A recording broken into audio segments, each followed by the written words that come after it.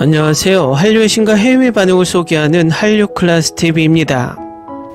오늘은 중국이 한복을 한푸라는 이름으로 자기들의 의상이라 우기는 요즘 그 주장을 종결하는 드라마를 소개하고 이 드라마를 극찬하는 워싱턴 포스트 기사와 이 드라마에 열광하는 중국 반응까지 살펴보겠습니다.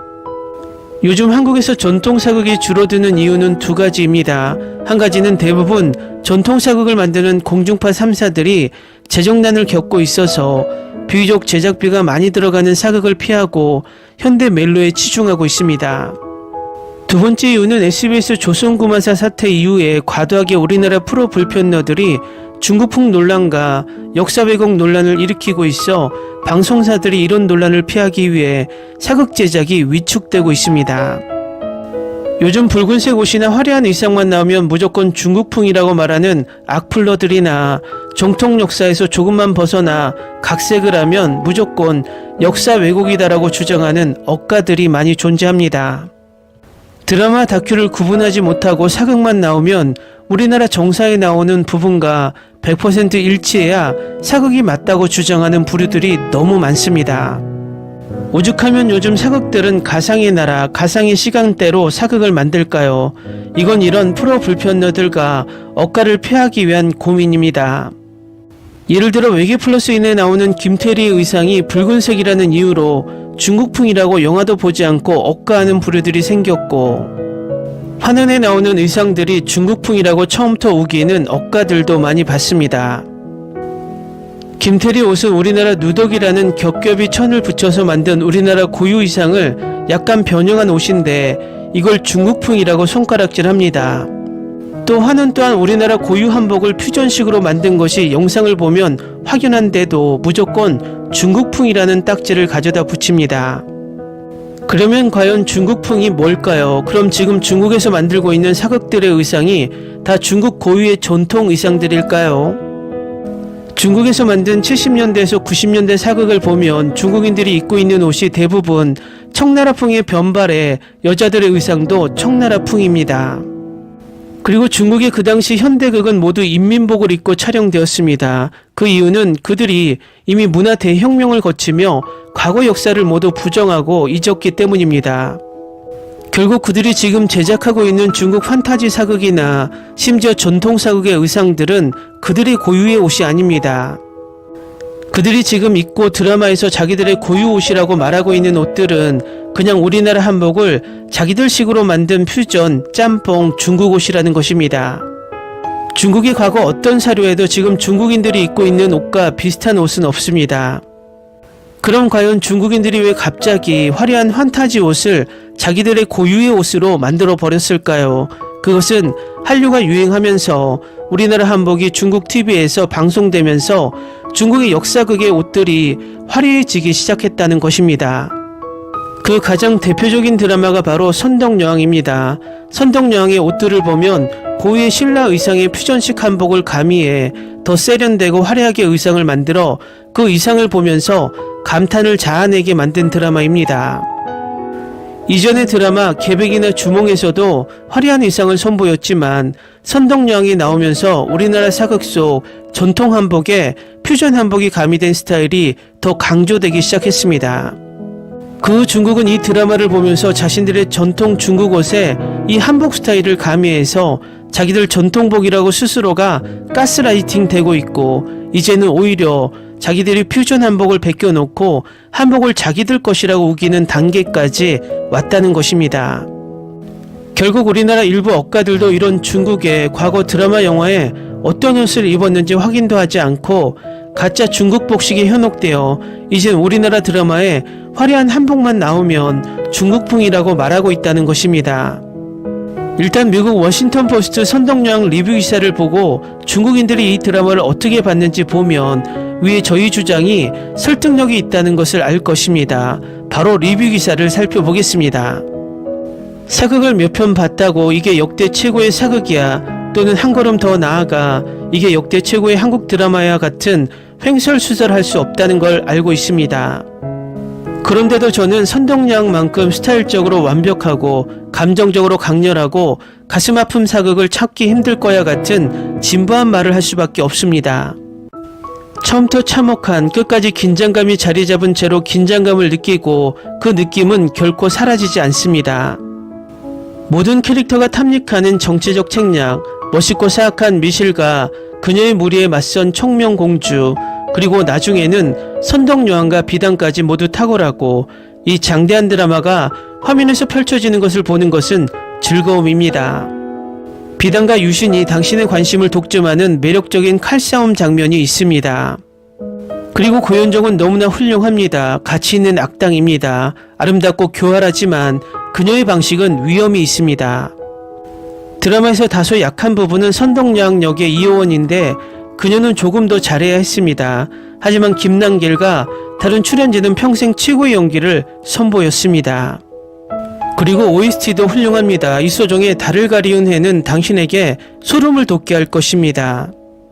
62부작이라는 사실 때문에 여전히 주저하고 있다면 선덕여왕에 대한 모든 리뷰와 인터넷에 미친 듯한 헛소리를 믿고 평생 최고의 여행을 떠나세요. 끝나고 나면 선덕여왕을 잊지 못할 것입니다. 당신의 기억에 지울 수 없는 흔적을 남길 것입니다. 그리고 괴로움에 시달리는 어두운 반영웅 비담도 마찬가지입니다. 김남길을 위해서라도 꼭 시청해 보세요. 다음은 선덕여왕이 열광하는 중국 반응입니다. 나는 미실이 죽은 후에 드라마를 포기했다. 다 연기력에 따라 달라지는 것 같아요. 그렇게 연기하는 게 너무 멋있어. 이효원은 연기력도 좋고 분위기도 좋아요. 이것은 내가 지금까지 본 유일한 악당이 없는 유일한 영화와 TV 작품이다. 비단과 여왕의 사랑은 가슴 아프다. 내가 왕이라면 왕자를 버리고 당신과 함께 있을 것입니다. 처음에는 이 드라마가 그렇게 좋다고 생각하지 않았는데 5, 6년이 지나면서 여성의 성장을 그린 드라마가 너무 많아 이 드라마의 의도와 배우들의 완성도가 부각되는 것 같아. 생생한 캐릭터와 웅장한 레이아웃으로 연기가 좋습니다. 대장금보다 낫다. 연기력이 좋은 이효원도 고현정 앞에선 아직 조금 뒤떨어지지만 미실의 아우라는 관객 전체를 압도한다. 왕자 아래서는 무엇이 옳고 무엇이 그른가, 누가 의인이고 누가 배신자인가, 승자는 왕이고 패자는 도적이라고 말할 수밖에 없습니다. 내가 본 한국 드라마 중 최고, 분위기 있고 전략적이며 국가의 맥락에서 나라 사랑이 더욱 감동적입니다. 다른 한국 드라마처럼 조금은 뒤떨어져 있지 않습니다. 마침내 나는 비담의 고문 장면을 보고 싶지 않았기 때문에 마지막 사화를 끝까지 볼 수 없었다. 김남길은 왜 늘 이렇게 가슴 아픈 역할을 하는 걸까? 그런데 나쁜 남자를 보고 너무 충격을 받고 당황했어요. 결국 비담의 마지막 모습은 너무 멋있었지만 결과는 정말 비극적이어서 눈물이 터졌습니다. 대학 시절 룸메이트가 이 드라마에 푹 빠졌는데 결말이 너무 잔혹해서 한 달 동안 헤어나지 못하다가 생각해보니 비단 때문이라고 가슴 아프게 말했다. 나는 비극적인 캐릭터인 비담을 가장 안타깝게 여기고 성공한 캐릭터인 덕만에 가장 공감합니다. 덕만은 분명히 모든 것을 얻었지만 아무것도 남기지 않았습니다. 중국 TV 시리즈라면 덕만이 미실을 물리치고 해피엔딩이 될 수도 있지만 이 드라마를 통해 후속 진행 상황을 확인할 수 있습니다. 정치적 순환은 낡은 세력이 소멸되고 새로운 세력이 부상하는 듯 계속해서 반복되며 덕만은 그중 하나일 뿐입니다. 그녀의 삶은 비담의 삶과 다르지 않습니다. 수년에 걸쳐 총 3번을 봤습니다. 처음부터 비담을 사랑했고 두 번째로 미실을 사랑했고 세 번째로 덕만을 사랑하게 되었습니다. 여주인공의 연기력은 당시 저는 어리고 무식해서 제대로 평가하지 못했습니다. 사실 좋은 덕만은 미실보다 연기하기가 더 어려워서 별 5개를 줬습니다. 2024년에 시리즈를 다 봤는데 걸작 여왕의 아름다운 얼굴이 정말 좋아요. 장대하고 아름다운 스토리 정말 좋았어요. 이 드라마는 제가 10대 때 봤는데 어떻게 된 일인지 정말 재밌게 봤어요. 그래서 제가 가장 좋아하는 역사 드라마를 주몽과 대장금과 함께 다시 보기로 했어요. 아직도 비담이 가슴 아프네요. 드라마에서 본 가장 예쁜 전사 여왕이지만 비극적인 러브스토리, 괜찮아, 권력과 위대한 유산이 있어. 미실은 정말 대단하지만 이효은이 선동영 역을 잘 소화했다고는 생각하지 못했어요. 하지만 이 드라마의 음모는 정말 좋았어요. 지금 보고 있는 동의보다 훨씬 더 호기심이 많아요.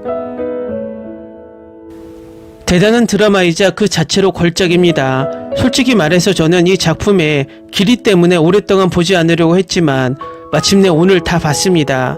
모든 배우, 특히 미실 역을 맡은 배우의 연기가 훌륭했습니다. 정말 좋았습니다.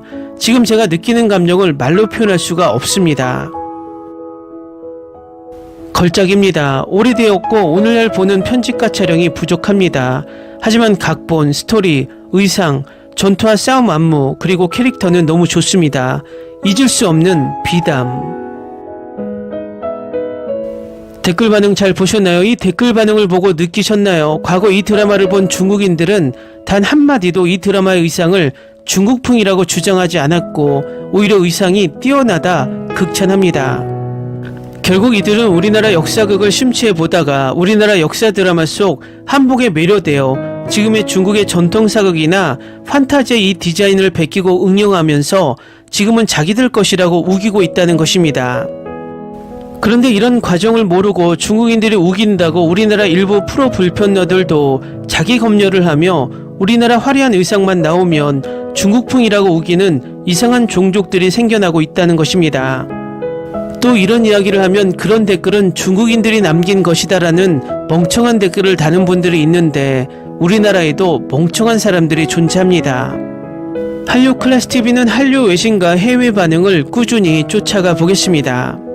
재밌게 잘 보셨나요? 여러분의 구독, 좋아요, 댓글, 알림 설정은 컨텐츠 제작에 큰 힘이 됩니다. 그리고 항상 하시는 일마다 대박 나시고 행복하시길 바랍니다.